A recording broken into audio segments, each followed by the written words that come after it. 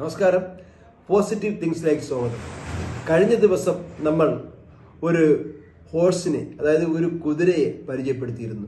ഈ വർഷം വരാൻ പോകുന്ന ചൈനീസ് വിശ്വാസം അനുസരിച്ച് 2026 ആനിമൽ എന്ന് പറയുന്നത്, ലക്കി ആനിമൽ എന്ന് പറയുന്നത് ഈ കാണുന്ന കുതിരയാണ്.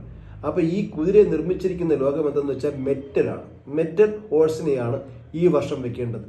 സാധാരണ എല്ലാവരും തന്നെ ഈ കുതിരയെ നമ്മൾ തെക്ക് വശത്താണ് വെക്കാറുള്ളത്. തെക്ക് വശത്ത് 7 കുതിരകൾ അകത്തോട്ട് വരുന്ന രീതിയിലാണ് വെക്കാറുള്ളത്. അത് എല്ലാ വീട്ടിലും വെക്കാൻ വേണ്ടി കഴിയുന്നില്ല. കുതിരകൾ എന്ന് പറയുമ്പോഴത്തേക്ക് വളരെയധികം അതിനെപ്പറ്റി കഴിഞ്ഞ വീഡിയോ പറഞ്ഞു, അതിനെപ്പറ്റി വിവരിക്കുന്നില്ല. ഇത് വെക്കേണ്ട സ്ഥാനം വടക്ക് വശത്താണ്. വടക്ക് വശത്ത് വെച്ചതിന് ശേഷം കിഴക്കോട്ട് മുഖം തിരിച്ചു വെക്കുകയാണ് വേണ്ടത്. ഇപ്പൊ എല്ലാവരും ശ്രദ്ധിക്കുക.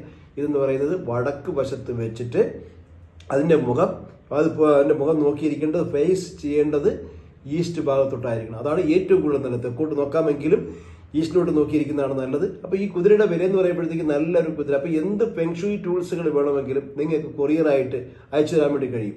എന്ത് ഫെങ്ഷുയി ടൂൾസ്, ഇപ്പൊ ഈ വർഷം തന്നെ വരുന്ന ഒരു കിറ്റ് ഉണ്ട് ഫെങ്ഷുയി ടൂൾസുകൾ. നിങ്ങൾക്ക് തന്നെ നിങ്ങളുടെ വീട്ടിൽ നമ്മുടെ മൊബൈലിൽ തന്നെ കോമ്പസ് ഉണ്ട്. ആ കോമ്പസ് നോക്കിയിട്ട് വീടിന്റെ മധ്യഭാഗത്ത് നിന്നിട്ട് ഏതെല്ലാം ദിശകൾ എവിടെയെല്ലാം വരുന്നത് നോക്കിയതിന് ശേഷം ഒരു കിറ്റിനകത്ത് എന്ന് പറയുമ്പോൾ 9 ടൂൾസുകളാണ് ഉള്ളത്. അപ്പൊ ഈ വർഷത്തെ ഫ്ലൈയിങ് സ്റ്റാർ ഫെങ്ഷുയി നമുക്ക് ആക്റ്റീവ് ആക്കാനും മഹാഭാഗ്യങ്ങൾ കടന്നു വരുന്നതിന്, അതുപോലെ തന്നെ നെഗറ്റീവായിട്ടുള്ള സ്ഥലത്തെ നമുക്ക് വളരെയധികം അതിനെ റിഡ്യൂസ് ചെയ്ത് കളയാനും ഒക്കെ പറ്റുന്ന ഒരു രീതിയാണ് ഫെങ്ഷുയി എന്ന് പറയുന്നത്. അപ്പൊ ആ ഭാഗ്യം നിങ്ങളെ വളരെയധികം സമ്പത്തും സാമ്പത്തികവും എല്ലാ രീതിയിലും മുന്നോട്ട് കൊണ്ടുപോകുന്ന യാതൊരു സംശയമില്ല. പുതിയൊരു വീഡിയോ ആയിട്ട് വീണ്ടും കാണാം.